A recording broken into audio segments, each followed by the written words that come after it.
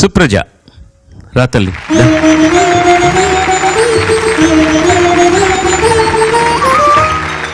అందరికీ నమస్కారం. బాగున్నావా? బాగున్నాను సార్. నేను బాగున్నాను. సుప్రజ ఎంపిక చేసుకున్న పాట రచన పింగళి నాగేంద్రరావు గారు, సంగీతం రాజేశ్వరరావు గారు, గానం లీలమ్మ. మిస్సమ్మ సినిమా నుంచి ఏమిటో ఈ మాయ.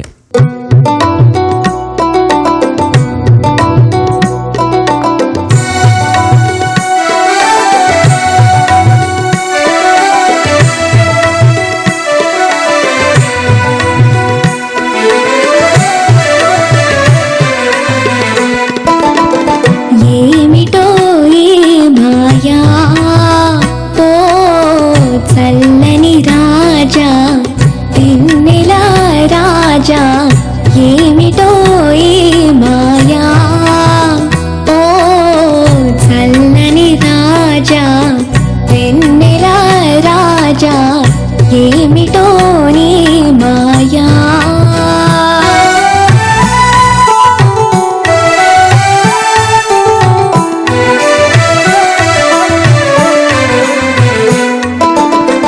వినుటయే కాని వెన్నెల మహిమలు, వినుటయే కాని వెన్నెల మహిమలు అనుభవించి నెరుగనయా, అనుభవించి నెరుగనయా. నీలో విలసిన కళలు కాంతులు, నీలో విలసిన కళలు కాంతులు లీలగా ఇప్పుడే కనిపించెనయా. ఏమిటో ఈ మాయా, ఓ చల్లని రాజా వెన్నెల రాజా ఏమిటో నీ మాయా.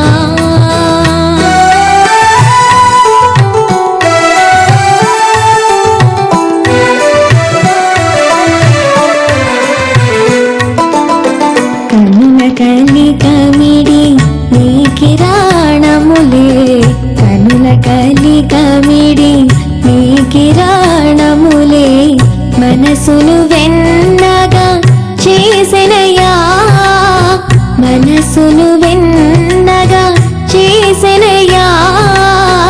చెలిమి కోరుచు ఏవో పిలుపులు, చెలిమి కోరుచు ఏవో పిలుపులు నాలో నాకే వినిపించెనయా. ఏమిటో ఈ మాయా, ఓ చల్లని రాజా వెన్నెల రాజా ఏమిటో నీ మాయా. ధన్యవాదాలు. యాక్చువల్లీ మాయ చేశారు మీరు కూడా. అప్పుడే అయిపోయిందా అనిపించింది, అంత ఫాస్ట్గా అయిపోయిందా అప్పుడే పాట. చాలా బాగా పాడారు, వెరీ నైస్. కొన్ని చోట్ల సంగతులు చాలా బాగా పలుకుతున్నాయి, చాలా ఫాస్ట్గా, అందులో లేనివి కూడా ఎక్కువ ఫాస్ట్గా పలుకుతున్నాయి. కానీ వినడానికి బాగుంది కాబట్టి నేను I don't want to comment. పల్లవి పాడు ఒకసారి. ఏమిటో ఈ మాయా, అంత లేదు సంగతి అక్కడ.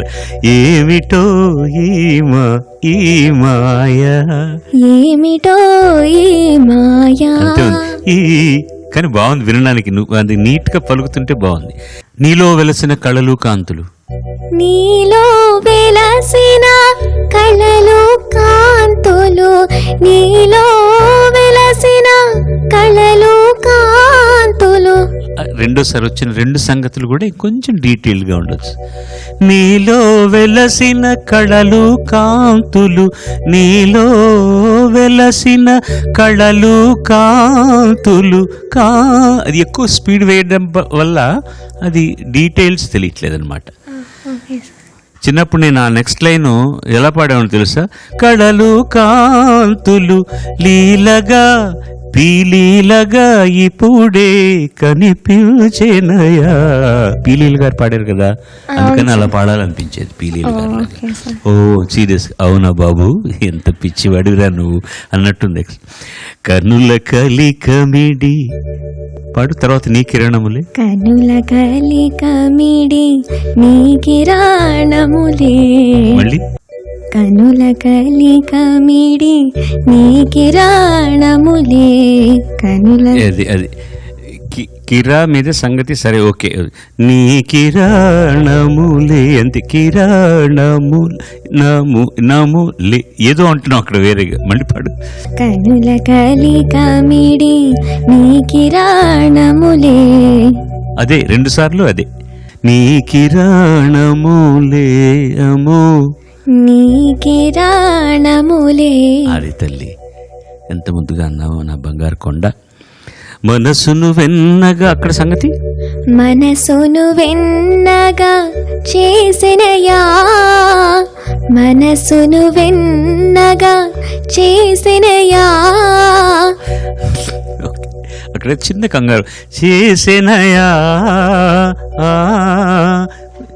ఏం లేదు, అన్ని సంగతులు కరెక్ట్, డీటెయిల్డ్గా ఉండాలి, అర్థమయ్యేటట్టు ఉండాలి, అందుకంటే ఏం లేదు. దీని మీద జోక్ ఉందనమాట. ఈయన పింగళ నాగేంద్ర గారు బ్రహ్మచారి అండి. ఆయన చక్రపాణి గారు, నాగిరెడ్డి చక్రపాణి గారిలో పార్ట్నర్ చక్రపాణి గారు విజయ సంస్థలు. ఆయన చాలా సీరియస్గా ఉండి భలే జోకులు వేసేవాళ్ళు. వినుటయ కాని వెన్నెల మహిమలు అనుభవించి నెరుగనయా. బ్రహ్మచారి ఎలా అనుభవించేస్తావు నువ్వు, నీకు తెలియదు కదా అన్నట్టు. వెన్నెల మహిమలు ఎలా అనుభవిస్తావో నువ్వు బ్రహ్మచారివి అని. అలా ఎన్ని మజాలు ఉన్నాయో. మీరు సినిమా చూస్తే షార్ట్లో కూర్చుంటారు సావిత్రి గారు, కదలరు, అక్కడ కూర్చొని చందమామను చూస్తూ పాట పాడుతూ ఉంటుంది అంతే. మధ్యలో ఇంటర్ కట్స్లో రామారావు గారు అక్కడ కూర్చుంటే ఆయనకి ఏదో తమలపాకులు అందిస్తూ రేలంగ్ గారు విని ఎంజాయ్ చేయడం. ఇంటర్ కట్స్లో షార్ట్స్ వస్తాయి, ఆవిడ మొత్తం ఇలా తల పైకి పెట్టి పాడుతూ కళ్ళు ఇంత పెద్దవి చేసి నవ్వుతూ ఎంత అందంగా ఉంటారో, ఎంత ముద్దుగా ఉంటారో. ఆ చందమామ బాగుందా ఆవిడ బాగున్నారా మనకు అర్థం కాదు సినిమాలు. అండ్ విజయవాడ సినిమాల్లో చందమామ అంటే డెఫినెట్లీ ఆ వెన్నెల వ్యవహారమే వేరు. Thanks to Marcus Bartley, how beautifully he uses to photograph. ఆ బ్లాక్ అండ్ వైట్ డేస్లో వెన్నెల అంటే కరెక్ట్గా సోర్స్ లైట్ ఎలా ఉండాలి, ఆ కొబ్బరి ఆకుల్లోంచి నీడ ఎలా ఉండాలి, ఆర్టిస్ట్ మొహం మీద ఎంతవరకు పడాలి, ఎక్కడెక్కడ. మీకు లాహిరి లాహిరి పాట గుర్తుందా? అది నీళ్లలో వెళ్లకుండా క్లోజ్ షాట్స్ అన్నీ కూడా సెట్లో తీస్తే నీళ్లలో మిలమిలలన్నీ ఆర్టిస్టుల మొహల మీద కనిపించేటట్టు చేశారు. ఈ రోజుల్లో మనం అన్ని సీజీలు ఇవన్నీ చూసి రకరకాలుగా అనుకుంటాం, ఆ రోజుల్లోనే ఎంత అందంగా ఉంది.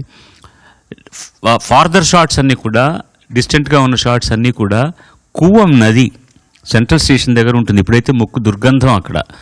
దాంట్లో మిట్ట మధ్యాహ్నం 12 గంటలకి చెమటలు కక్కుకుంటూ ఆ నీలం రంగేసి రామారావు గారిని వాళ్ళని నాగేశ్వరరావు గారిని కూర్చోబెట్టి లాంగ్ షాట్స్ అన్ని తీసి వెన్నెల్లా చూపించారు మిట్ట మధ్యాహ్నం ఎండని.